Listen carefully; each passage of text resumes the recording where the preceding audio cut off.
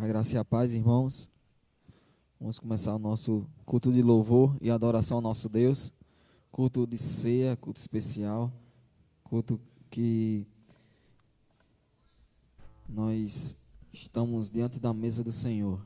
Vamos louvar o Senhor, vamos começar louvando a Ele, que é o único digno de honra, de glória e de todo louvor. Vamos louvar ao nosso Deus.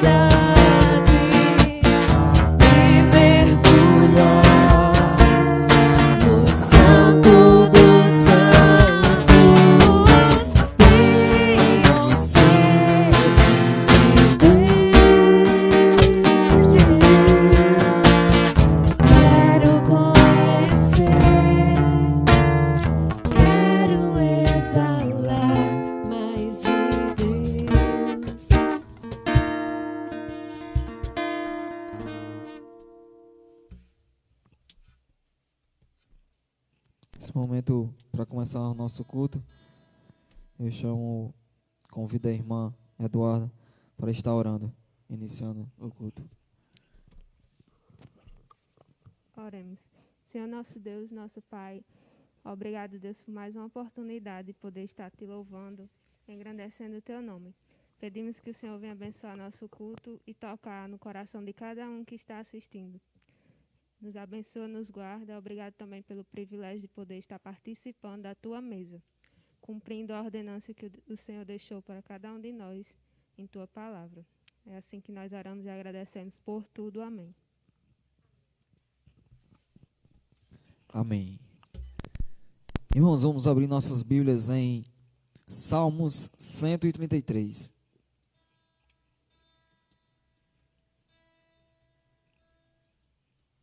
Esse salmo nesse momento de pandemia, ele é até emocionante, que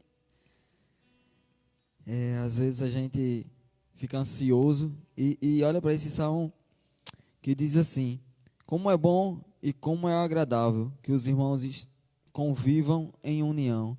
É como o óleo precioso derramado sobre a cabeça, que desce pela barba de Arão, até a gola das suas vestes.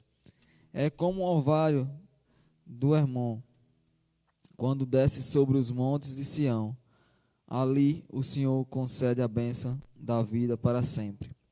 Amém. Esse texto aqui é um texto que fala sobre união. E nesse momento de pandemia, nesse momento que estamos fazendo cultos online, estamos assistindo cultos dentro de nossas casas, cultuando a Deus dentro de nossas casas, e às vezes pensamos que não estamos unidos com o irmão. Mas eu creio que sim. Quando estamos juntos na live, assim, no culto, não é como se estivesse na igreja, porque não tem o calor do irmão, não tem como a gente dar o cheiro no irmão, não tem como a gente dar um abraço no irmão.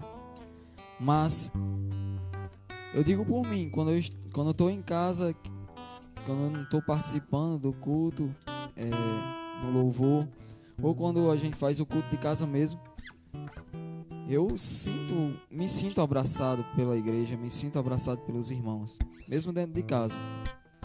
E espero que os irmãos também se sintam assim. Em Salmos 134, diz assim: venham e bendigam o Senhor, todos vocês, servos do Senhor, vocês que servem de noite na casa do Senhor. Levantem a mão na direção do santuário e bendigam ao Senhor. De Sião os abençoe o Senhor, que fez os céus e a terra. Vamos louvar mais uma vez ao Senhor. Vamos engrandecer o nome dele, porque só ele é digno de honra e de glória. Porque ele vive, podemos crer no amanhã, podemos crer que Deus nos guarda, podemos crer que Deus nos une.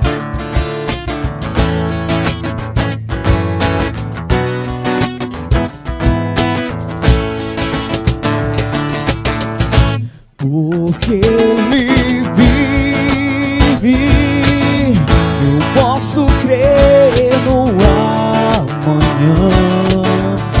Porque ele vive, temor não há. Mas eu bem sei, eu sei que a minha vida está nas mãos do meu Jesus, que vive está. Deus enviou seu Filho amado pra nos salvar e perdoar. Na cruz morreu por meus pecados, mas ressurgiu e vivo com o Pai está. Porque ele vive, posso crer no amanhã. Porque porque Ele vive. Temor não há, mas eu pensei, eu sei que a minha vida está nas mãos do meu Jesus, que vive está. E quando enfim chegar a hora em que a morte enfrentarei, sem medo então terei vitória, verei na glória o meu Jesus, que vive está, porque Ele vive. Eu posso crer no amanhã, porque Ele vive. Temor não há, mas eu pensei, eu sei que a minha vida está nas mãos do meu Jesus, que vive está. Das suas casas canta assim: porque Ele vive,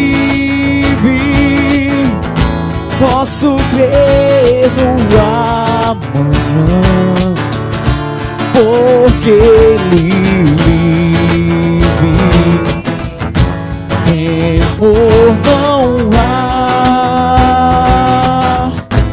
mas eu pensei, eu sei que a minha vida está nas mãos do meu Jesus, que vive está. Está nas mãos, está nas mãos do meu Jesus, que vive está.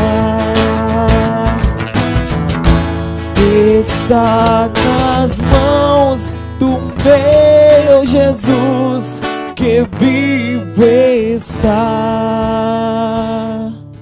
Aleluia. Amém. Deus enviou o seu Filho ao mundo, morreu em nosso lugar, nos lavou com seu sangue santo e nos tornou alvos mais que a neve. Vamos louvar o Senhor com esse hino do cantor cristão? Alvo mais que a neve.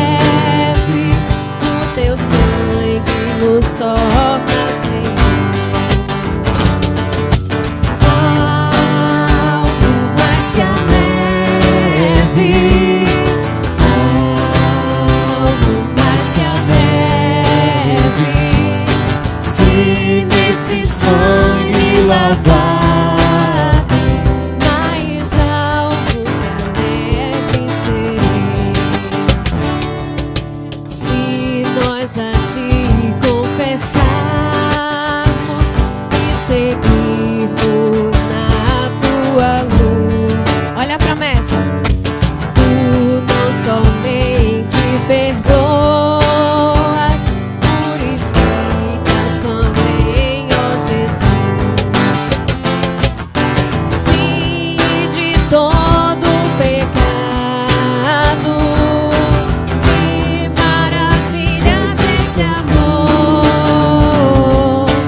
pois que mais alvo que a neve, o teu sangue nos torna Senhor.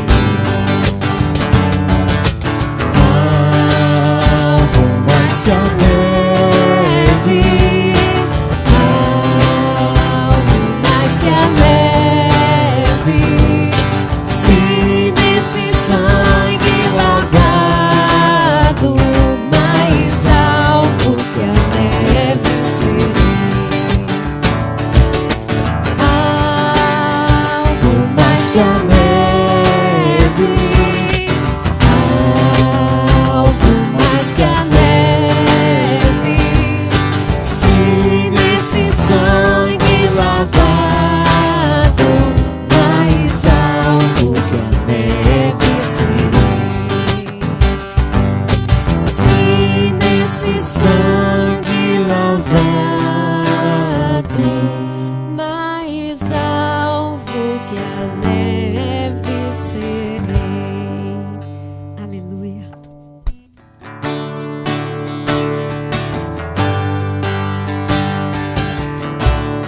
Nós só podemos ser muito gratos ao Senhor depois disso tudo, né?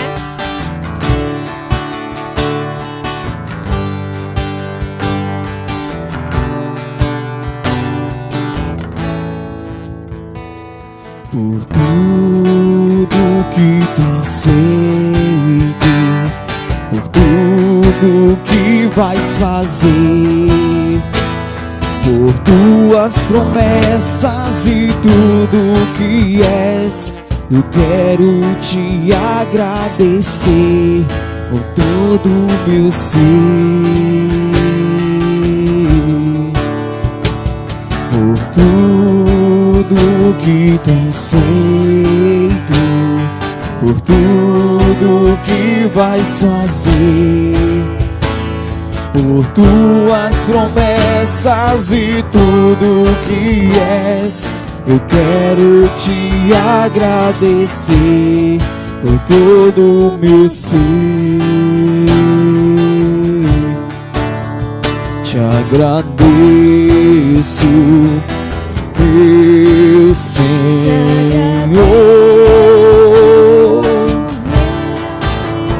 Te agradeço, meu Senhor.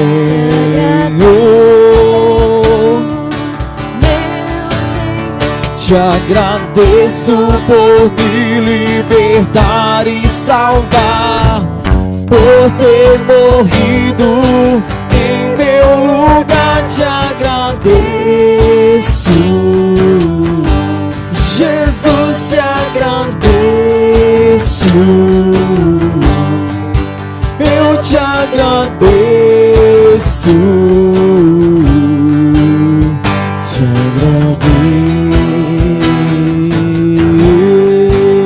agradeço. Por tudo que tens feito, por tudo que vais fazer, por tuas promessas e tudo que és. Eu quero te agradecer por todo o meu ser. Te agradeço, meu Senhor.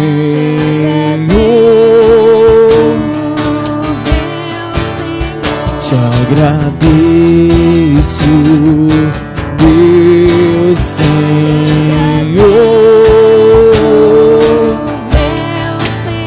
Te agradeço por me libertar e salvar, por ter morrido em meu lugar. Te agradeço,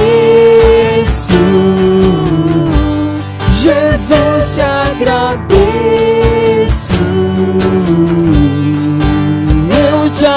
agradeço, te agradeço.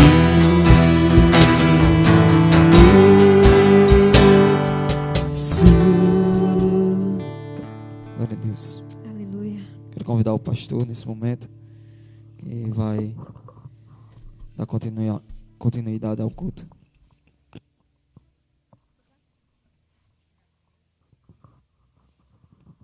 Que a graça e a paz do nosso Senhor e Salvador Jesus Cristo esteja com todos.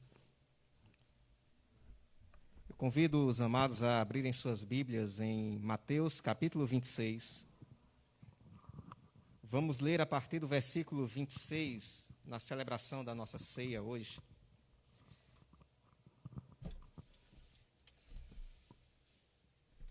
Diz assim a palavra do Senhor. Enquanto comiam, Jesus tomou o pão e, abençoando-o, partiu-o e o deu aos discípulos, dizendo: Tomai e comei, isto é o meu corpo. Então ele tomou o cálice e, tendo dado graças, deu aos discípulos, dizendo: Bebei dele todos, isto é o meu sangue, o sangue da nova aliança, que é derramado por muitos para a remissão dos pecados. Digo-vos que desta hora em diante não beberei deste fruto da videira, até aquele dia em que eu beba de novo convosco no reino de meu Pai. Amados, mais uma vez temos a oportunidade de celebrar a nossa ceia. Cada um já tem preparado o seu pão, seu vinho, seu suco de uva em casa. E eu queria que todos orassem nesse momento, examinassem o teu coração, perguntassem ao Senhor: Senhor, tem algum caminho mau? Porque o momento de ceia é um momento em que decidimos deixar nosso pecado, é um momento em que decidimos abandonar todos os manjares do mundo, dessa Babilônia que nos cerca. E escolhemos a presença de Jesus, estar perto de Jesus, a mesa do Senhor, a esperança da vida eterna. Às vezes nós nos enfraquecemos. A ceia é para nos lembrar do amor do nosso Senhor Jesus por nós, em morrer, em derramar seu sangue para a nossa salvação e renovar a nossa aliança com Ele. Então faça isso. Onde você está em tua casa, ore ao Senhor. Oremos. Pai Todo-Poderoso, Senhor dos céus e da terra, nos ajuda, ó Pai, a cada dia estarmos firmes, determinados em nosso coração a não nos afastarmos do Senhor, a seguirmos Cristo, Senhor, não importa o que aconteça. Fica conosco, livra-nos das tentações, do pecado que tão de perto nos rodeia e ajuda-nos a olhar firmemente para Jesus, autor e consumador da nossa fé, sem jamais olhar para trás. Nos ajuda, Senhor, nessa decisão, nessa firmeza de coração, nós te rogamos em nome de Jesus. Amém. Vamos louvar o Senhor. Enquanto distribuímos os elementos.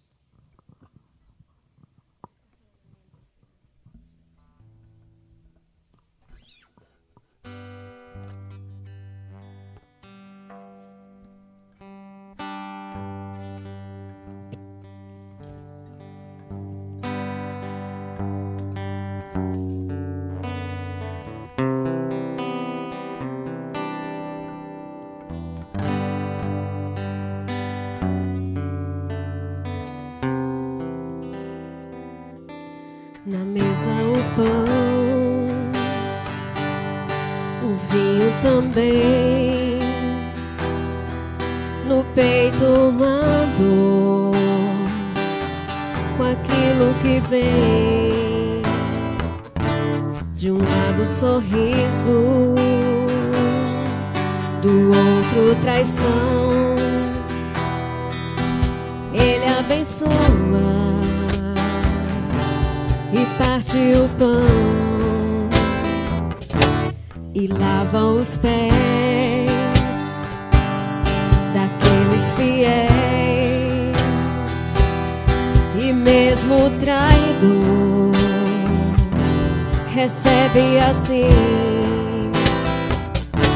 Deu vinho e o pão ao invés de rancor, lavou nossos pés e enxugou com a dor. Naquele partir estava todo o meu ser, partido por mim pelo meu viver.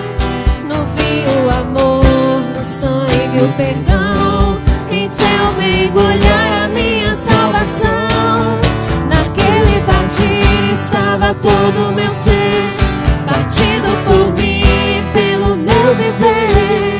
No vinho o amor, no sangue o perdão, em seu mergulhar a minha salvação. Um hino cantou depois de cear, e era o louvor que vinha preparar a maior canção cantada na cruz, escrita na ceia pelo meu Jesus. Naquele partir estava todo o meu ser, partido por mim, pelo meu viver.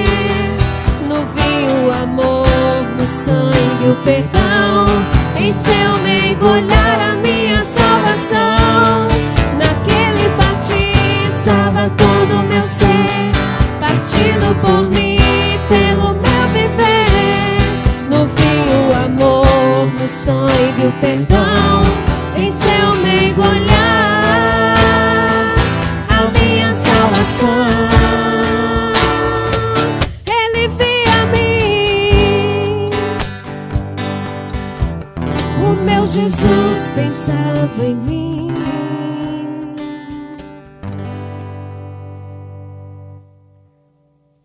A palavra de Deus nos diz: Jesus tomou o pão e, abençoando-o, partiu e o deu aos discípulos, dizendo: tomai e comei, isto é o meu corpo.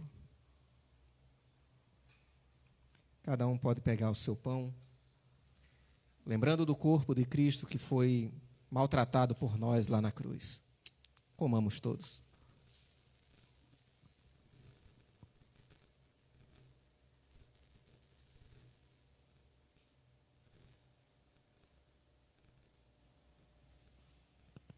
Rafael, entrega a Eduarda para ela orar agradecendo pelo pão.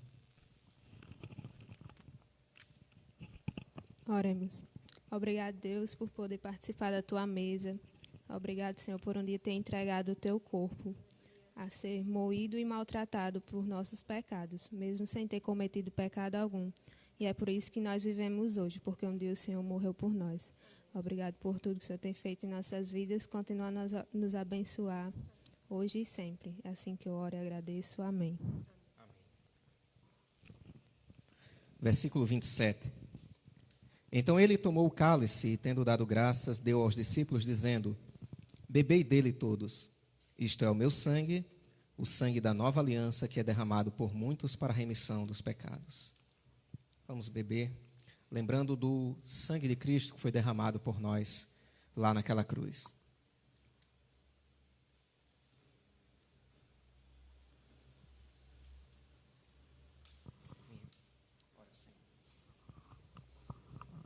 Senhor, nosso Deus e nosso Pai, nós somos gratos, Deus, pelo teu sangue puro derramado na cruz, Senhor, que nos lavou dos nossos pecados, que nos purifica, Senhor, e que nos garante a entrada nos céus, ó Pai. Louvado seja o teu nome pelo teu plano soberano de salvação, ó Pai, que mesmo sendo Deus, santo, santo, santo e todo-poderoso, Senhor, olhou para nós, pobres homens, pecadores. Louvado seja o nome do Senhor pelo teu amor. Em nome de Jesus, nós somos gratos. Amém.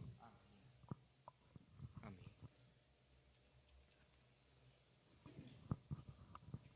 Amados, que a cada dia possamos estar firmes, olhando para Jesus, autor, consumador da nossa fé, e que nada nos afaste do nosso Salvador.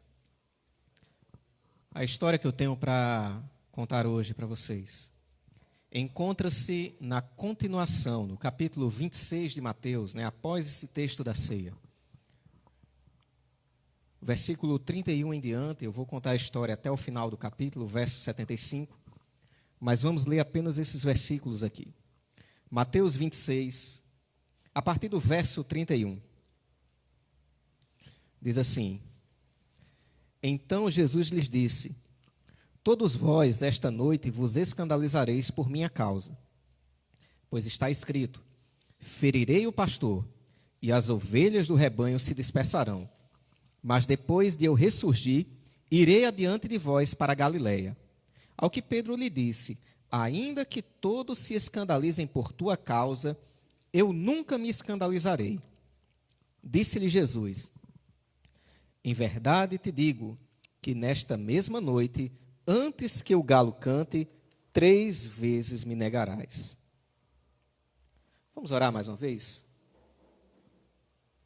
Pai Todo-Poderoso, Senhor dos céus e da terra, suplico a Ti, Senhor, que o Teu Espírito esteja tocando cada coração, cada pessoa, cada lar, onde está chegando essa palavra. Que o Teu Espírito Santo fale a cada um. E que consigamos, ó Pai, ter vitória sobre o pecado. E nunca nos afastar de Ti. Que seja dia, ó Pai, que essa palavra traga edificação espiritual para o Teu povo. E salvação para aqueles que ainda não Te conhecem. Usa-me em Tuas mãos para que Teu servo não esqueça nada daquilo que o Senhor colocou em meu coração. E fica comigo, ó Pai, porque sem Ti nada posso fazer. É no nome santo de Jesus que eu te peço, te agradeço. Amém. Após a ceia, Cristo está anunciando que seus discípulos iriam abandoná-lo, ele anuncia o traidor, ele celebra aquele último momento de comunhão com seus discípulos. E a partir do verso 31, nós vemos a história onde o Senhor Jesus Cristo é abandonado por todos os seus discípulos. Judas o traiu, mas os 11 o abandonam aqui. O Senhor ficou só. Só que um desses discípulos, ele é mencionado mais vezes até o final do capítulo. O apóstolo Pedro. Ele sempre estava junto com o Senhor. Em todas as histórias, Pedro estava lá junto, era um homem corajoso. Às vezes era precipitado em suas palavras, falava o que não devia, era repreendido pelo Senhor. Outras vezes, ele era aquele quem dava testemunho da verdade, agradava o Senhor com suas palavras. E esse homem, que amava o Senhor Jesus com todo o seu coração, ele cai. O restante do capítulo é a história da prisão de Cristo e da queda do apóstolo Pedro. Amados, quantos hoje também não têm caído, também não têm se afastado do Senhor, ou não têm chegado perto de Cristo por cometer os mesmos erros que Pedro cometeu? O que é que fez Pedro cair? A história continua, Quando Cristo diz que todos iriam se escandalizar, Pedro diz: Senhor, se todos escandalizarem, eu não me escandalizo. Jesus diz: você vai me negar 3 vezes hoje, Pedro. E Pedro diz: de jeito nenhum, nem que eu vá para a prisão e para a morte, Senhor, eu não vou te negar. Pedro nega Jesus.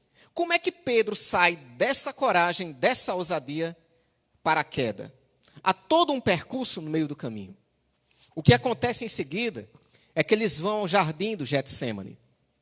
E lá no jardim o Senhor está angustiado, chama os discípulos e diz: olha, eu estou angustiado até a morte, orem comigo. Chama em especial Pedro, Tiago e João, para ficarem mais perto dele. Diz: orem comigo. O Senhor vai orar, diz: Pai, se possível passa de mim esse cálice, mas não seja feita a minha vontade e sim a sua. Quando Cristo volta, encontra todos dormindo, e ele se dirige a Pedro. Quando você lê os 4 evangelhos, a história nos 4, vai juntando a história, a palavra de Cristo é primordialmente para Pedro. Ele diz: Pedro, você não pode vigiar nem uma hora comigo. Há pouco tempo você estava dizendo que iria comigo para a morte e para a prisão. Eu disse que o diabo estava clamando a Deus para peneirar vocês como trigo. Eu orei por vocês.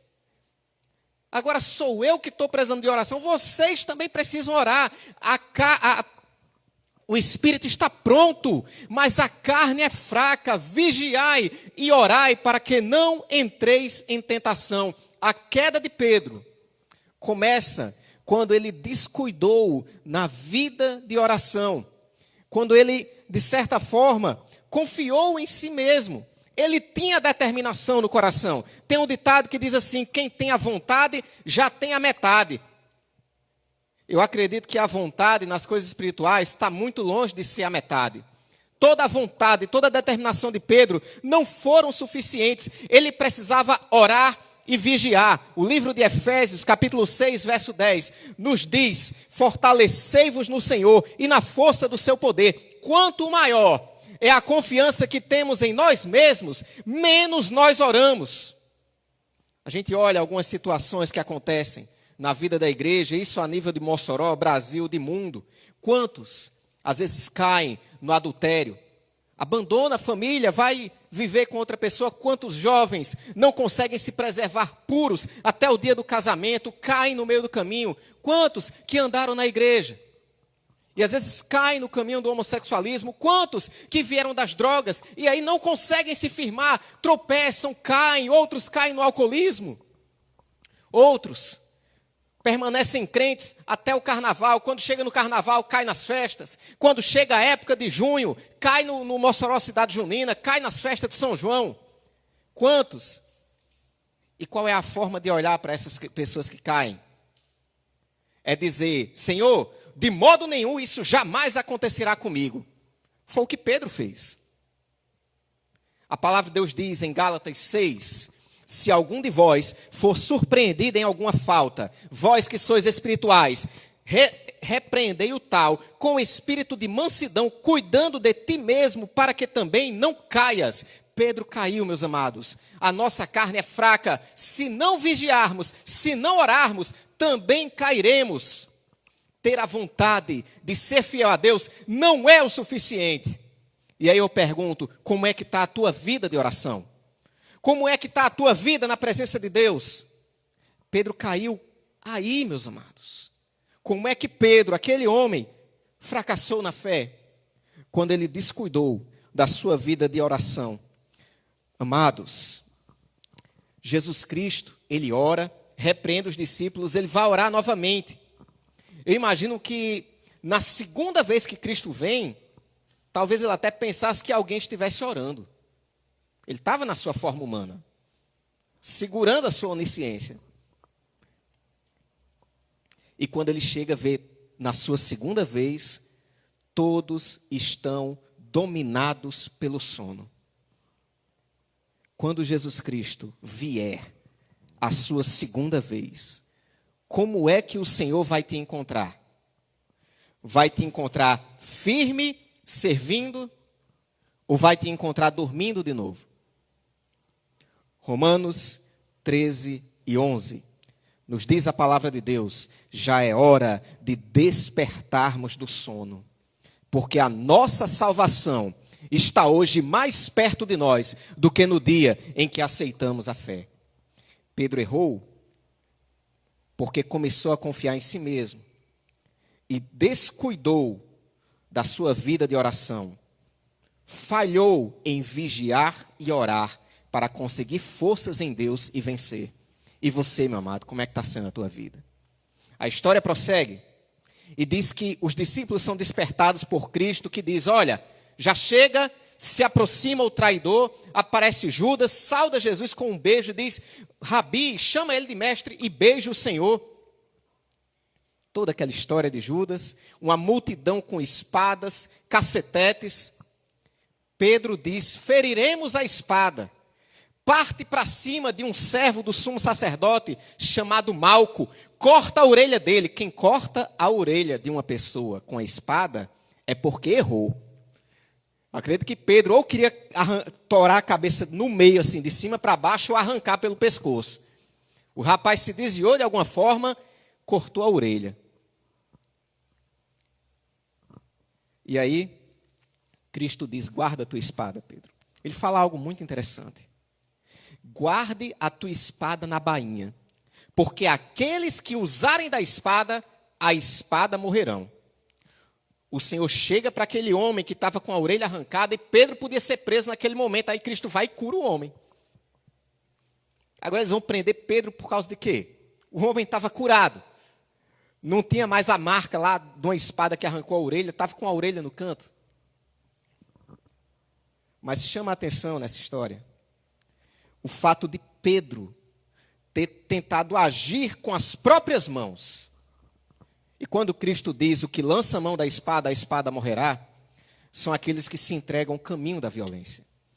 Cristo nunca ensinou o caminho da violência. Quem segue a Cristo, o caminho é: ama os teus inimigos, aqueles que te odeiam. Ore por aqueles que vos perseguem e bendiga aqueles que amaldiçoam você. Esse foi o caminho que Cristo ensinou. Qual é a forma correta de resolver as injustiças sociais? Cristo ensinou esse caminho. Nos dias de Cristo, havia um grupo chamado Zelotes, inclusive alguns dos discípulos de Cristo eram zelotes. Eles esperavam uma revolução armada, o uso da força, o uso da espada, para libertar o sofrido povo judeu da escravidão, da exploração, do colonialismo dos romanos. Parece muito os dias de hoje, né? Muitas pessoas se revoltam com as injustiças sociais. Até uma teologia da libertação, que busca a libertação do pobre por meio da revolução social. O foco central é a história do êxodo no Egito, quando o povo escravo é liberto da exploração de Faraó. Só que a teologia da libertação comete o mesmo erro de Pedro, o mesmo erro de Moisés. Quem libertou o povo do Egito não foi a batalha do povo, não foi o povo fazendo revolução. Foi a mão de Deus que libertou aquele povo. Moisés, o povo de Israel não fizeram nada, eles nem tinham força para fazer alguma coisa. Foi Deus quem pôs a mão e libertou. Quando Moisés quis agir com a própria mão, viu um egípcio maltratando um judeu, foi lá, matou o egípcio, aquilo atrasou o plano de Deus. Se é que se pode falar assim, né? Mas Moisés já tinha ideia de que Deus iria libertar o povo pelas mãos dele. E quando ele faz aquilo, é descoberto, Moisés tem que fugir, passa 40 anos no deserto, para depois Deus chamá-lo para libertar o povo. Será que a libertação é por meio da revolução? A nossa cultura ela tem um viés muito marxista, da revolução do proletariado, da ditadura do proletariado. Não vai mudar a sociedade se a gente não for para as ruas, quebrar tudo, esculhambar o negócio. Cristo não ensinou esse caminho. A gente viu há poucos dias o quebradeiro no Chile. Até igrejas foram incendiadas. Há poucos dias atrás, estavam revoluções nas ruas dos Estados Unidos. Quando George Floyd morreu, as pessoas foram para as ruas e em defesa dos negros. Por causa da violência das manifestações, um policial negro foi assassinado. A pessoa vai em defesa dos negros, mas a violência não serve, não resolve as coisas. Temos uma vez uma deputada, eu acho, brasileira, falando sobre as injustiças sociais, disse: olha, sem derramamento de sangue não há remissão. A Bíblia diz isso. Só que ela também diz que o sangue que foi derramado foi o de Cristo na cruz. É isso que ela esqueceu de falar. Amados, não é assim que a igreja trabalha. Tem gente que por querer que a igreja se comporte, se envolva nessas revoluções, diz que a igreja é omissa. A igreja é omissa? Vamos parar um pouco. Vocês sabem como foi que acabou a escravidão no mundo? Alguém, não sei quantos conhecem o hino Maravilhosa Graça. O autor desse hino era um traficante de escravos, que Jesus salvou, que se converteu, que abandonou totalmente. E pensando na graça de Deus sobre ele, ele diz: que maravilhosa graça do Senhor. Que doce o som dessa graça, que salvou um miserável como eu. Eu era cego, agora posso ver. Fui perdido, mas ele me achou. Esse homem, esse ex-traficante de escravos se torna um pastor, influencia um dos congressistas da Inglaterra, que encabeça o movimento para acabar com o tráfico de escravos nos mares.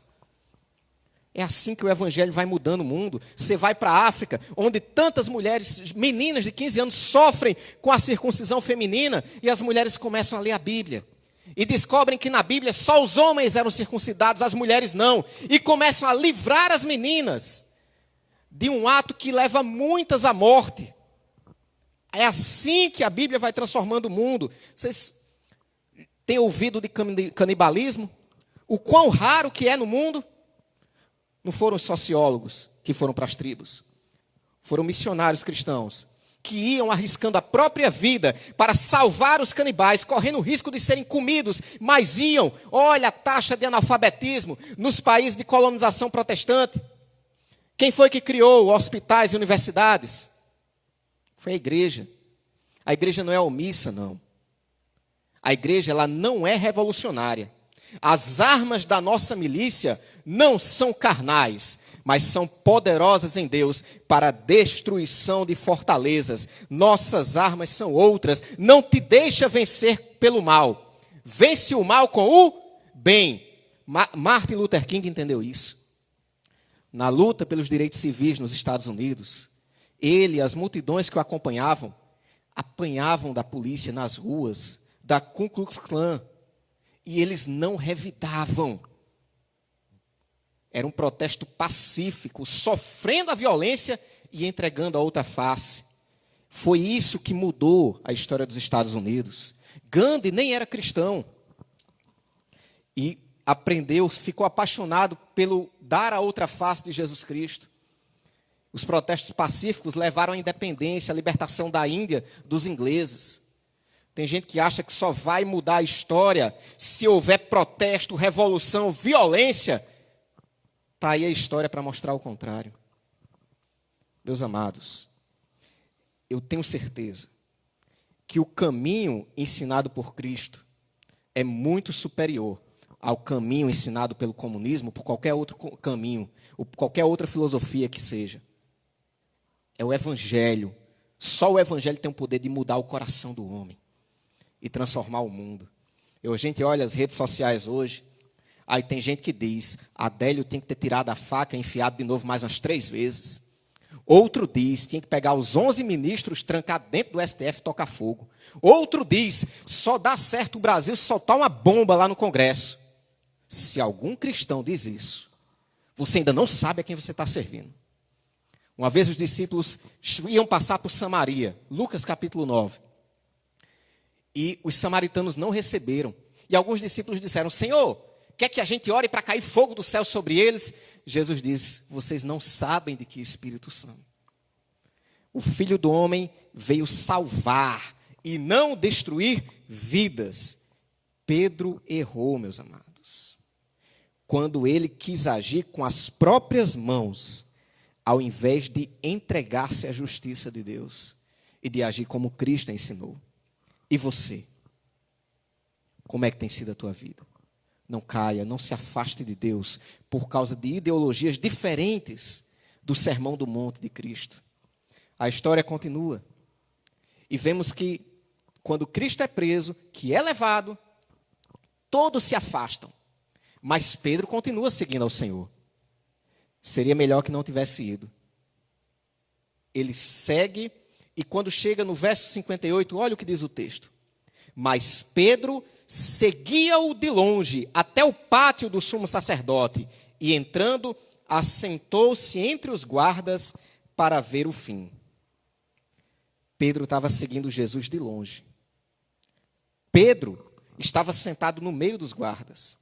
Antes, enquanto ele estava com os discípulos, ele queria estar perto de Jesus. Ele estava no meio dos discípulos. Mas agora, ele estava num ambiente hostil à fé dele. E ao invés de querer estar perto de Jesus, ele acabou ficando longe de Jesus e perto dos guardas que estavam prendendo Jesus. Há tanta gente que cai nisso. Eu vi a história uma vez de um soldado que foi para a guerra, mas anos depois ele volta e agradece na igreja. Eu queria agradecer, porque esse tempo todo que eu estive lá, ninguém descobriu que eu era cristão e me deixaram em paz. Ele quis seguir Jesus de longe, sentou-se no meio dos soldados. Há aqueles que escondem a Bíblia, para ninguém saber que são crentes. Há aqueles que até gostam de ouvir a palavra, que vêm e visitam a igreja, mas na hora de entregar a vida para Jesus, não, vou ficar aqui de longe mesmo. O que é que meus amigos vão pensar? Vão tirar meu couro quando chegar no trabalho? Paz do Senhor, meu irmão. Será que minha esposa, meu esposo vai aceitar? Como é que meus filhos vão reagir? E assim a pessoa vai, querendo Jesus, mas não querendo estar perto de Jesus, seguindo Jesus, mas seguindo-o de longe. Isso derrubou Pedro. Quantas pessoas frequentam a igreja e quando se mudam, vão para outro local, e que não tem mais aqueles mesmos amigos, aquela mesma família, acabam descuidando da fé. Não esquecem o Evangelho, continuam amando o Evangelho, mas se contentam em ficar de longe. Às vezes sentando-se no meio dos amigos, mas não mais sentando-se no meio dos irmãos na igreja. Não há, meus amados, não tem como a gente seguir Jesus de longe. Pedro, seguindo Jesus de longe, era melhor que ele nem tivesse ido. E é isso que a Bíblia fala. Quando vamos para o livro de Apocalipse, no capítulo 3, o Senhor repreende a igreja em Laodiceia e diz: quem me dera você fosse frio ou quente, mas porque és morno, vomitar-te-ei da minha boca. Não podemos ficar em cima do muro, seguindo Jesus de longe, sentando no meio dos soldados. Bem-aventurado o homem que não anda segundo o conselho dos ímpios, nem se detém no caminho dos pecadores, nem se assenta na roda dos escarnecedores. É para seguir a Jesus de perto, meus amados, não é de longe. Daniel, interessante, quando ele vai estudar na Universidade Federal de Babilônia, né? Eu estou falando do profeta Daniel, o melhor estudo do mundo, uma cultura totalmente contrária à fé dele. Ele entra lá determinando no coração não se contaminar com o pecado. E a vida dele faz com que o rei e todos naquela região conheçam Deus. É para isso que nós somos chamados. A gente não foi chamado para seguir Jesus de longe, para ficar sentado no meio dos soldados. A gente foi chamado para estar perto de Jesus. Estar perto de Jesus significaria o quê para Pedro? A gente vai lá na frente e diz que Cristo, cuspiram nele, deram-lhe murros e outros o esbofeteavam. Foi zombado, foi maltratado. A Bíblia nos convida para seguir ele fora da porta, sofrer junto com ele e não para ficar de longe. Se você sofrer zombarias, perseguições, ou seja o que for, vale a pena estar perto do Senhor Jesus Cristo. É como se Pedro, com o temor, tivesse esquecido o que ele tinha dito há pouco tempo atrás: Senhor, contigo eu vou até para a prisão e para a morte, eu não te deixo. É como se Pedro tivesse esquecido o que ele falou um pouco antes disso, quando o Senhor Jesus disse: vocês querem ir embora também? E ele disse: Senhor, só tu tens as palavras da vida eterna, para quem iremos nós? Qual seria o risco que você correria, meu amado, se escolhesse andar perto de Jesus? Seria maior do que o risco de Pedro?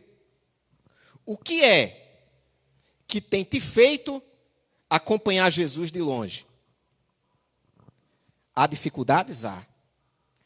Mas existe um reino também.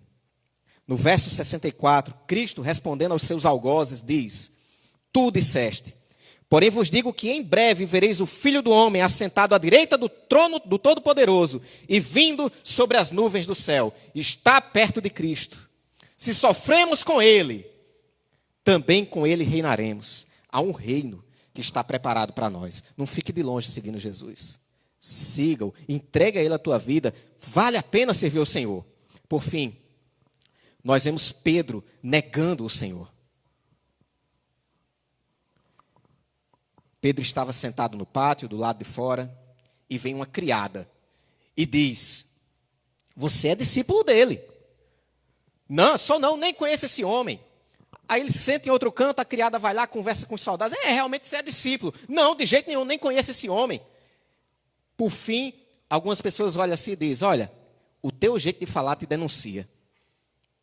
E ele começa a praguejar, a jurar: eu não conheço esse homem. De repente o galo canta. A palavra de Deus diz que Pedro ouve o cantar do galo.